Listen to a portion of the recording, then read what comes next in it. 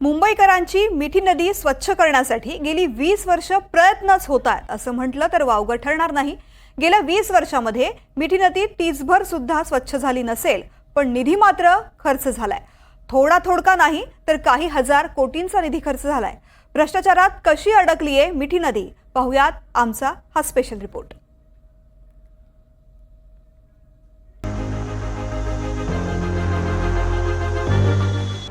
मुंबईकरांची मिठी नदी मोकळा श्वास कधी घेणार? मिठी नदीला भ्रष्टाचाराच्या मगर मिठीतनं कसं सोडवणार? 26 जुलै 2005 मुंबईकरांच्या त्या काळरात्रीला यंदा बरोबर 20 वर्ष पूर्ण होतील। 26 जुलैसारखी स्थिती निर्माण होण्याचं मुख्य कारण ठरलं ते म्हणजे मिठी नदी। ढगफुटी झाली आणि मिठी नदीला आलेल्या पुरात मुंबई पाण्याखाली गेली। मुंबईतल्या वाढत्या शहरीकरणात मिठी नदीचं नाल्यात रूपांतर झालं।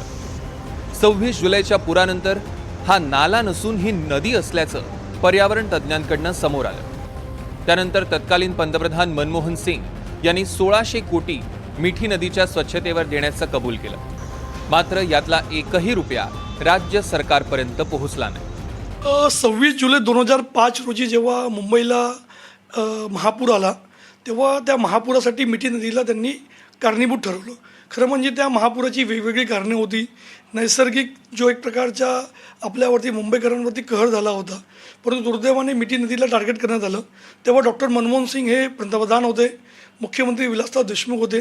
त्या सभेचा मी सुद्धा साक्षी होतो की त्यांनी एकूण 1600 कोटी रुपये हे मिठी नदी विकासासाठी मंजूर करण्याची घोषणा केली। ते आजपर्यंत त्या पॅकेजचा एक दमडी पैसासुद्धा राज्य सरकारला किंवा MMRDला किंवा पालिकेला मिळाला नाही। मिठी नदी विकास आणि संरक्षण प्राधिकरणाची स्थापना करण्यात आली। सुशोभीकरणासाठी 1200 कोटींहून अधिक खर्च केला, पण परिस्थिती जैसे थेच। मिठी नदीला प्रदूषित करणाऱ्या 239 उद्योगांना बंद करण्याचे आदेश दिले होते। 2015 मध्ये प्रदूषण मंडळानं यापैकी 100 औद्योगिक युनिट्सना बंद करण्याच्या नोटिसेस बजावल्या। मात्र आता पाहिलं तर पुन्हा जैसे थेच असल्याचं बघायला मिळतंय। पुनर्वसनाच्या जागा देऊनही हे उद्योग तिथून हललेले नाही। आजूबाजूला अनेक भंगाराची दुकानं असल्यानं त्याचं रासायनिक पाणी थेट मिठी नदीत सोडलं जातं। नदीसाठी स्थापन केलेल्या प्राधिकरणाच्या बैठकाही होत नसल्याची तक्रार सामाजिक संस्थांकडून केली जाते।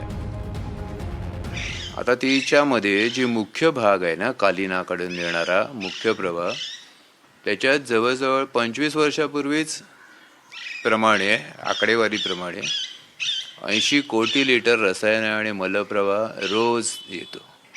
म्हणजे 10,000 लिटरचा एक टँकर याचा धरला तर 80,000 टँकर रोज प्रत्येक दिवशी त्या एका मुख्य प्रवाहातून मिठी नदी आणते आणि माहीमच्या खाडीमध्ये ओतते आणि मग ते माहीमच्या समुद्रात तिथे दादर शिवाजी पार्कचा समुद्र आणि अरबी समुद्रात वांद्र्याच्या कडेने जास्त प्रमाणात जाते।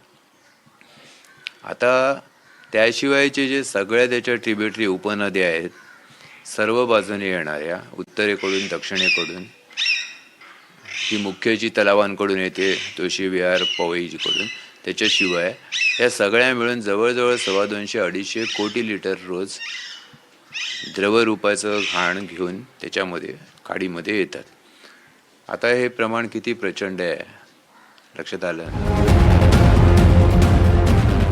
मिठी नदीच्या दोन्ही बाजूंना 15 लाखांहून अधिक घरं आहेत। सांडपाण्याचं व्यवस्थापन फारसं होत नाही, त्यामुळे 93% प्रदूषण हे घरगुती कचऱ्यामुळे होत असल्याचा अहवाल एका सामाजिक संस्थेनं दिलाय। घरगुती सांडपाण्याव्यतिरिक्त सुमारे 60% कचरा 1,500हून अधिक उद्योगांमधून आणि नदीभोवती असलेल्या 3,000हून अधिक बेकायदेशीर आस्थापनांमधून येतो।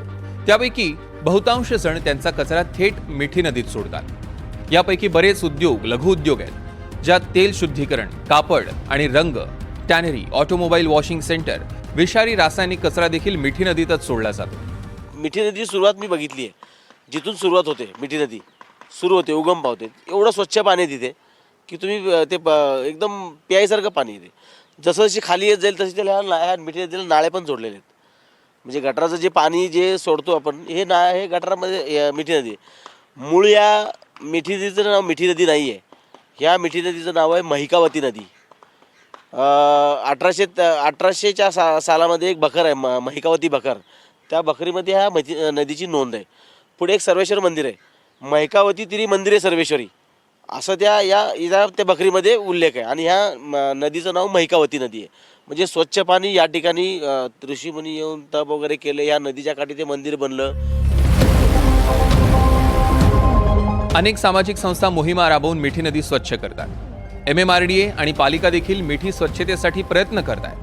पण कंत्राटदारांनी मात्र मिठी नदीला भ्रष्टाचाराची घट्ट मगरमिठी मारली आहे. या कॉन्ट्रॅक्टरचा नेहमी असं म्हणणं आहे की हे जे गाडचा विषय आहे, हे गाडच्या विषयाला तुम्ही कुठलाही आम्हाला चॅलेंज करू शकत नाही. तर आम्ही त्यांना विचारू का करू शकत नाही, तर ते म्हणतात की साहेब आम्ही जेवढा काढता तेवढा इनफ आहे. बाकी पावसाळा जे दरवर्षी पाऊस येतो आहे, पावसामध्ये जे फुलं असतो त्या फुलोमध्ये ते गाड निघून जातात, तर तुम्ही आम्हाला पकडू शकत नाही, असा दर वर्षात ते कॉन्ट्रॅक्टरचं म्हणणं आहे. त्याकरिता मी हे जी चौकशी लागली आहे त्या चौकशीचं मी स्वागत करतो. मिठी नदी पूर्ववत करण्यासाठी केंद्र, राज्य आणि पालिकांकडून अनेक योजना राबवल्या जातात. पण कंत्राटदारांच्या भ्रष्टाचारातनं काही केल्या मिठी नदी मुक्त श्वास घेईना. मिठीच्या रुंदीकरण, खोलीकरणाच्या गैरव्यवहार प्रकरणाचा तपास आर्थिक गुन्हे शाखेकडनं सुरू आहे. गाळ उपसण्यात गैरव्यवहार झाल्याचा आरोप विधान परिषदेत भाजप नेत्यांनी केला. या आरोपांची दखल घेत राज्य सरकारने SIT चौकशी सुरू केली. आर्थिक गुन्हे शाखेनं या प्रकरणाच्या चौकशीसाठी सध्या 3 कंत्राटदारांना समन्स बजावलंय. कैलास कन्स्ट्रक्शनचे मनीष कासलीवाला, एक्सक्यूब डिझाईनचे ऋषभ जैन, मनदीप एंटरप्राइजेसचे शिरीष राठोड यांना चौकशीसाठी बोलावले. या 3 कंत्राटदारांना अंदाजे प्रत्येकी 30 ते 40 कोटींचं कंत्राट देण्यात आलं होतं. मिठी नदी ही 11.84 किलोमीटर पालिकेच्या तर 6.8 किलोमीटर MMRDAच्या हद्दीतनं जाते. दोन्ही आस्थापनांना या प्रकरणी संबंधित गैरव्यवहाराबाबत कागदपत्रांची मागणी करण्यात आली होती. पालिकेकडनं मात्र अपुरी कागदपत्र सादर करण्यात आल्याची माहिती पोलीस सूत्रांनी दिली आहे. या कंत्राटदारांना कुणाचं अभय आहे? मुंबईकरांच्या मिठी नदीला मोकळा श्वास घेण्यासाठी 20 वर्ष लागतात असे अनेक प्रश्न उपस्थित होत आहेत. मिठी नदीतल्या गाळातनं कंत्राटदार मात्र सुपीक होतोय. संजय गांधी नॅशनल पार्कमधनं स्वच्छ पाणी घेऊन वाहणारी ही नदी मुंबईत शिरताच भ्रष्टाचाराची वाहिनी झाली आहे का, असा प्रश्न मुंबईकर विचारताना पाहायला मिळत आहे. यावर आता SIT देखील बसवलेली आहे. या व्यतिरिक्त ज्या कंत्राटदारांना या नदीच्या स्वच्छतेचं कॉन्ट्रॅक्ट दिलेलं होतं त्यांना देखील EOW कडनं चौकशीचे आदेश आलेले पाहायला मिळत आहेत. त्यामुळे आता या चौकशीमध्ये नेमकं या मिठी नदीच्या स्वच्छतेची मोहीम कुठपर्यंत राबवली गेली आणि कशा पद्धतीने भ्रष्टाचार झालाय हे लवकरच समोर येईल. व्हिडिओ जर्नलिस्ट प्रतीक सह भाग्यश्री प्रधानाचार्य, NDTV मराठी, मुंबई.